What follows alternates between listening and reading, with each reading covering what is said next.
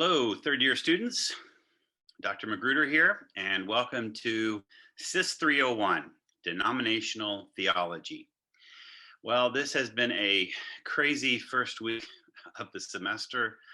Could not have been anticipated, and we wait to even see what week 2 is going to be like.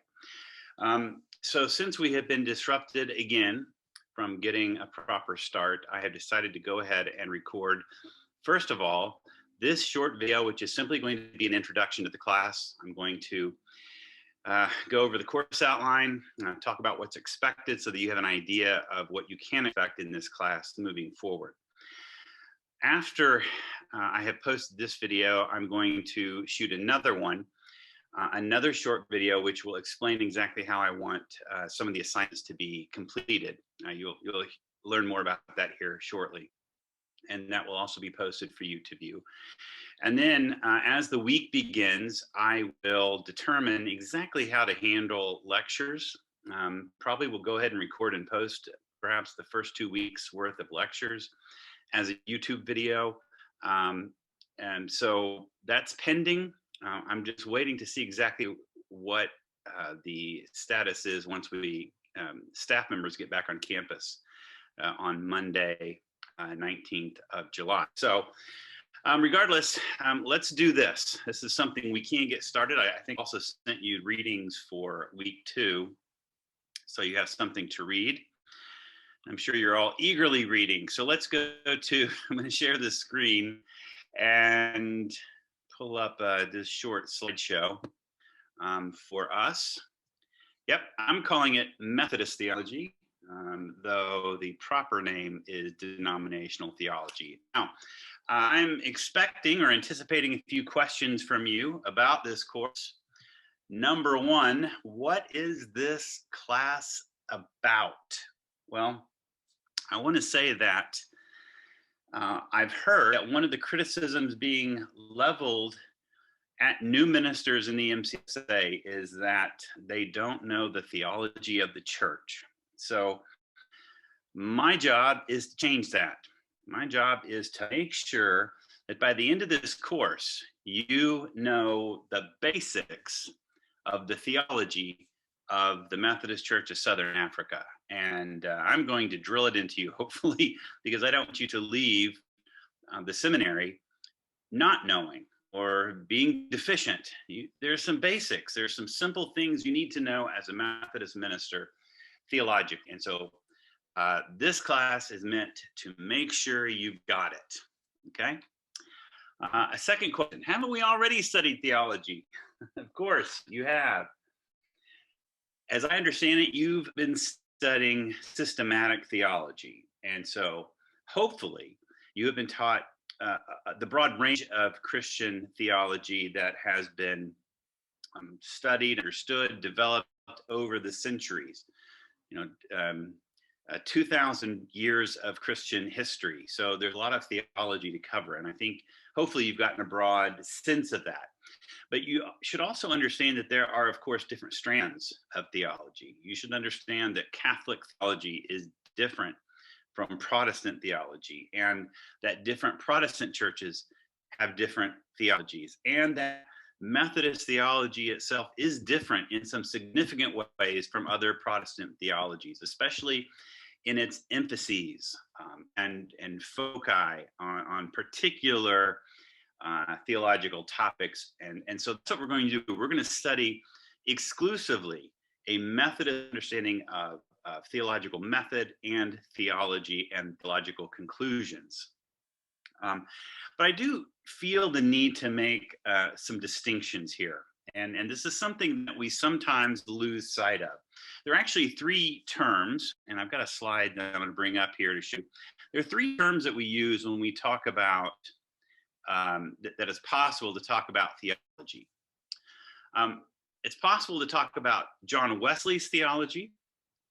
It's possible to talk about Wesleyan theology, and it's possible to talk about Methodist theology. And these are 3 different things. I want to make that very clear. These are 3 different things.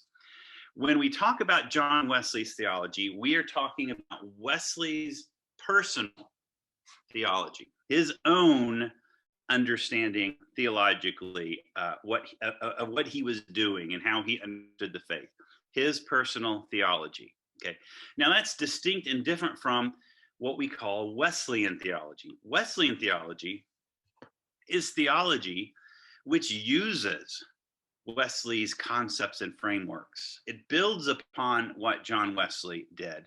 It doesn't necessarily sound the same. It doesn't. In fact, Wesleyan theology can even come to some contradictory conclusions to what John Wesley thought. But if it uses Wesley's concept, if it uses Wesley's frameworks, then it is considered Wesleyan theology. And I want to make sure you understand that. It's possible for a Wesleyan theologian to come to different conclusion. We see this most clearly, I think, when it comes to the debate about same-sex marriage and homosexuality. We find Wesleyan theologians who come to complete opposite views, but with the same starting point. And that is a kind of a Wesleyan understanding of the faith. Now, then there's this phrase Methodist theology. And when we use that term, I think we're talking about the official institutional theology of a Methodist church. Okay, so the MCSA then has a theology, and that's what I would call it, has Methodist theology. And so if we're going to refer to Methodist theology, we're referring to the way the institution understands theology and understands the faith. The United Methodist Church has a Methodist theology, and the British Methodist Church has Methodist theology. Within that Methodist theology, there are theologians who are Wesleyan, and they may disagree with the institution. But I think it's important for us to kind of understand that there are these three different strands of theology here. Now, what I plan to do in this class is to talk about all three. And I'm always going to begin with John Wesley's theology, because we need to first of all understand what Wesley himself understood. Okay, so we're going to do a deep dive into Wesley, but we're also going to hopefully explore how different theologians since Wesley have come to understand things and describe things. And we're also going to have to, of course, refer to how the church today, how the institution understands itself and its faith theologically. Okay, so I hope you understand that. I hope that's clear enough for you.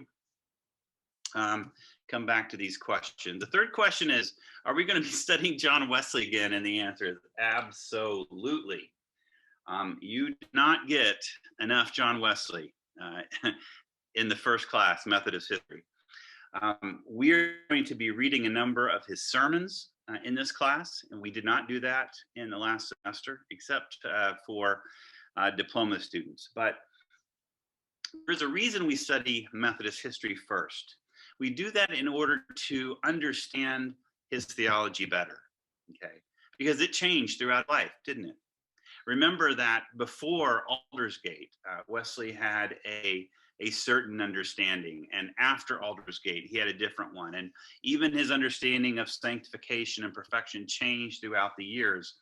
So I present that first. We learn the history first. It will give us some insight into what we're learning about his theology, and will also help us to check and be conscious of the context of his writings and of the sermons.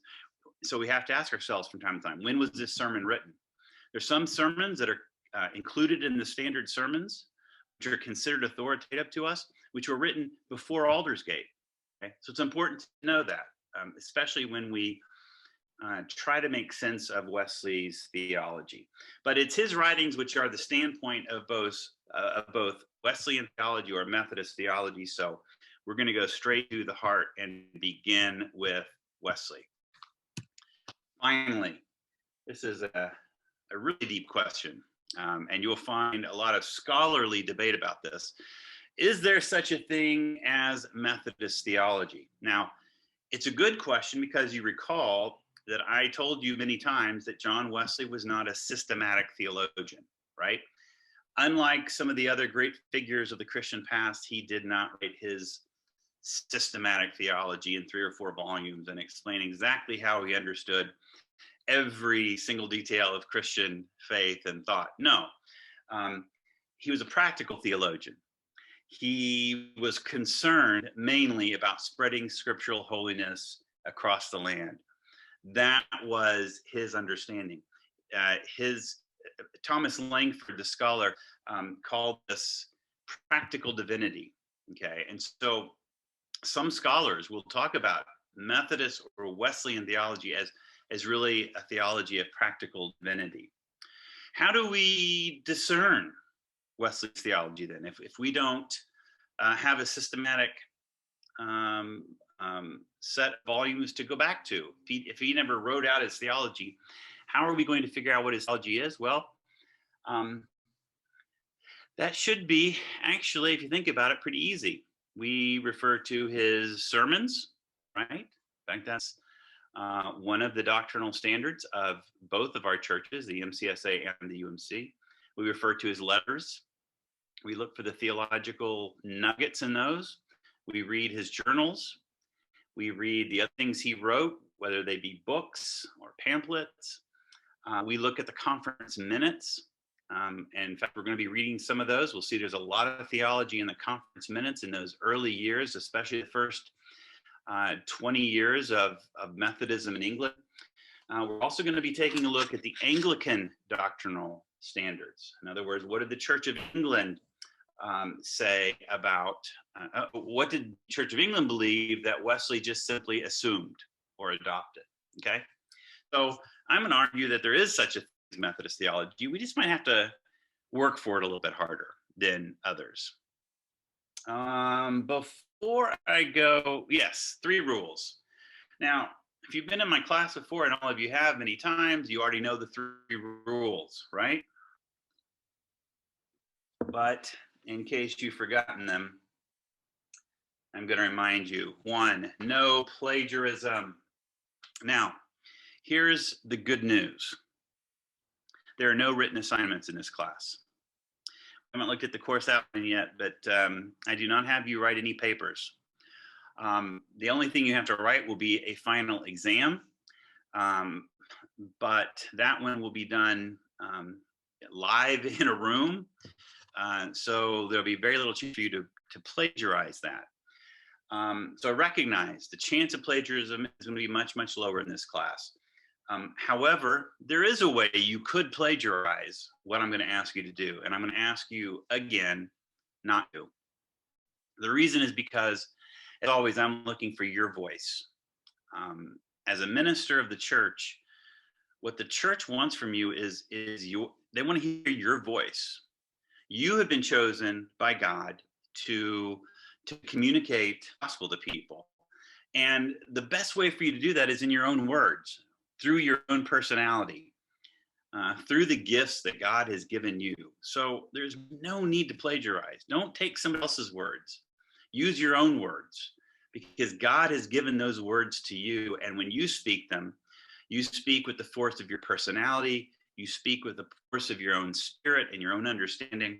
So plagiarism is nonsense, right? So I'm not going to see any this semester. Okay, number 2. You remember this one? All assignments, written or oral, should use gender-neutral language for God. I have explained this in depth before. We're going to have oral assignments. Please don't refer to God as he or him or his. Use gender-neutral language. You can refer to God as Father, because that's one of the persons of the Trinity. But I think this one. 3. You remember this one as well. And once again, I'm using the reading packet as I have done before. So I have prepared a reading packet. I'll talk about that in just a minute. But once again, part of your grade will be the average of all your pop quizzes. And just hear it now. Every week, a pop quiz is a possibility, okay? And the pop quiz will be on the readings that are assigned to you. You may have a pop quiz, you may not. But I will never tell you ahead of time if you're going to have one or if you're not going to have one. So you have to be prepared every time. Okay? It's always a possibility. You got it? You got it. Okay. Course outline. Course outline. Let's pull this up. So in order to do this, I'm going to have to stop sharing and share something different. So give me just 1 second. If you have it there, you might put yourself. Here we go. This, oops, I don't like it looking like that. Let me make it so it's a little bit easier for all of us to read together on this. All right. This is the Bachelor of Theology course outline. I will pull up the diploma one at this and just point out the minor differences between the two. All right.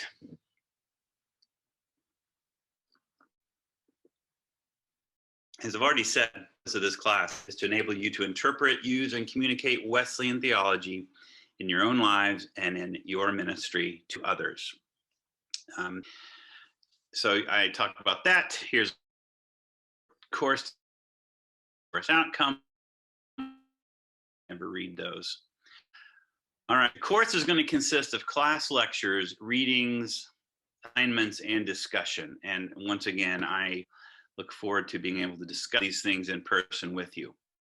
All right, let's look at the requirements.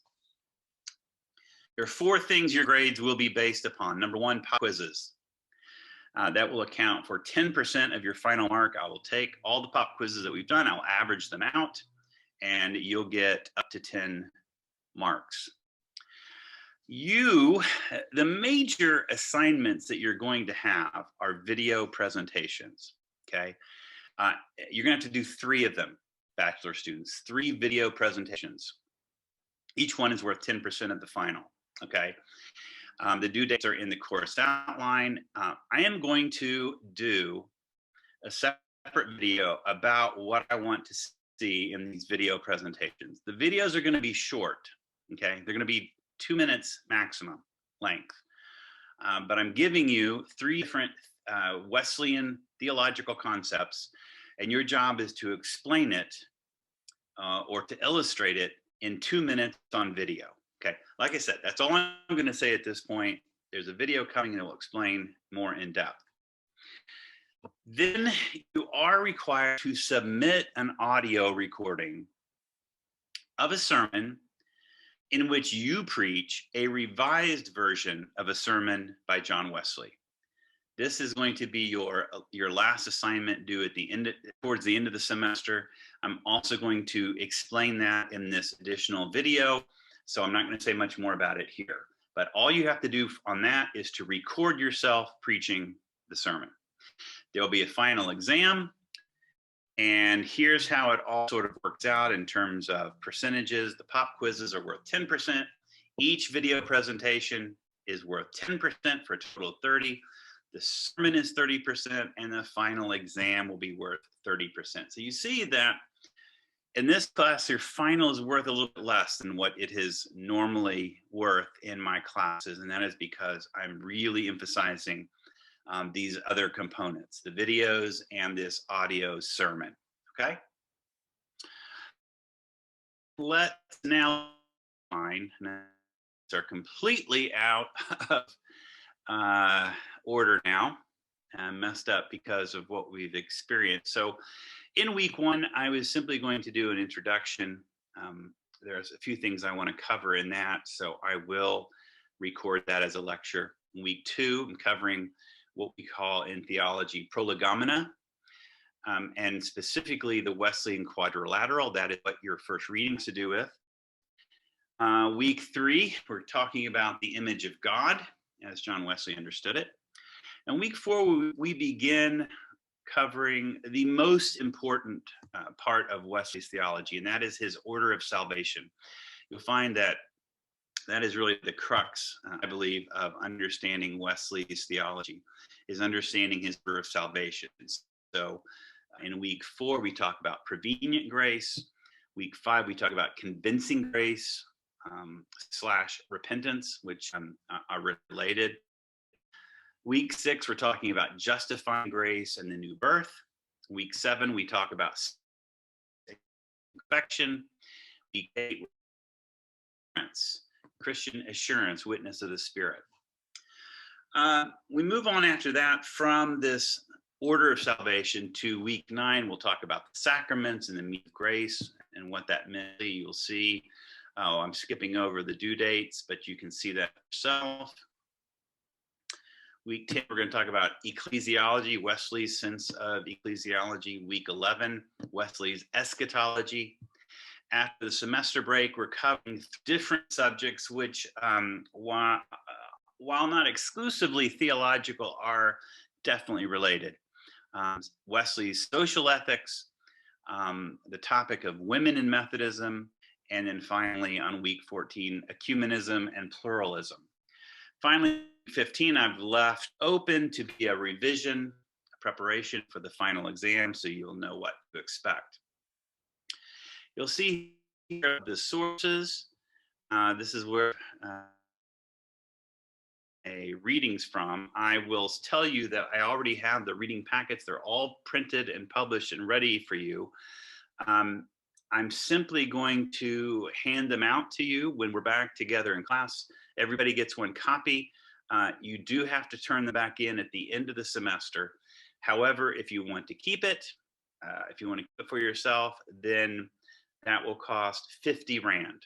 Okay, the packet will cost 50 Rand if you wish to keep it. Otherwise, you will turn it in at the end of the semester. All right, I think that should be clear. You'll see here, and this is important, my course outline, I tell you reading for that. I think there was some confusion last semester that sometimes if I didn't mention what it is you were supposed to read, you acted confused.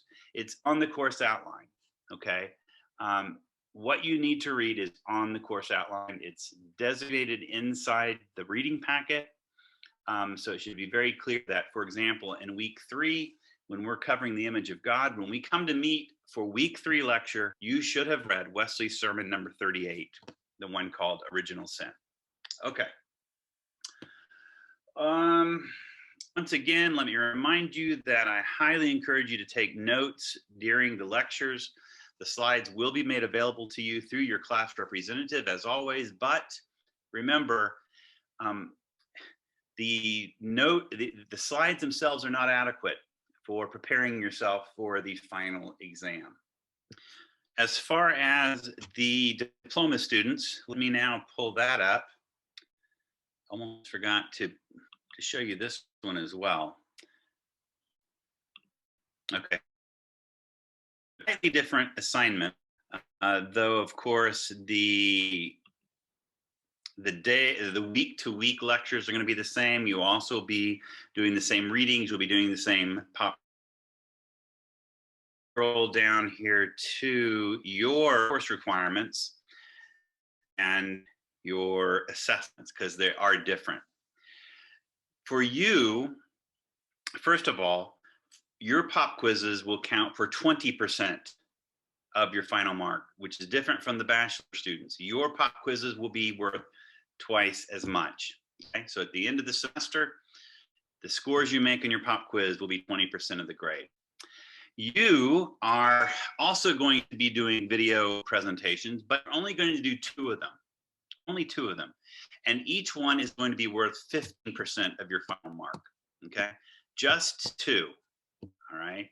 It's marked in your course outline, the subject and the due date, but you only have to do 2. And instead of a sermon, an audio sermon like the bachelor students, you're doing something I'm calling an order of salvation assignment. I will be giving you details about what I want from that just a little bit later. When we get back in person, I'll tell you exactly what I'm expecting. And that also is something that's due towards the end of the semester. That's worth 20%. The bachelor students will be %. I think that's all I need to share there. And I think we are finished going over the course outline, preparing for the class. As I said, be on the alert. Watch your email and your WhatsApp for information from the class representative. And I'm sure that this week we'll get started with our lectures and we'll start learning some Methodist, Wesleyan, John Wesley theology. All right, thanks for watching.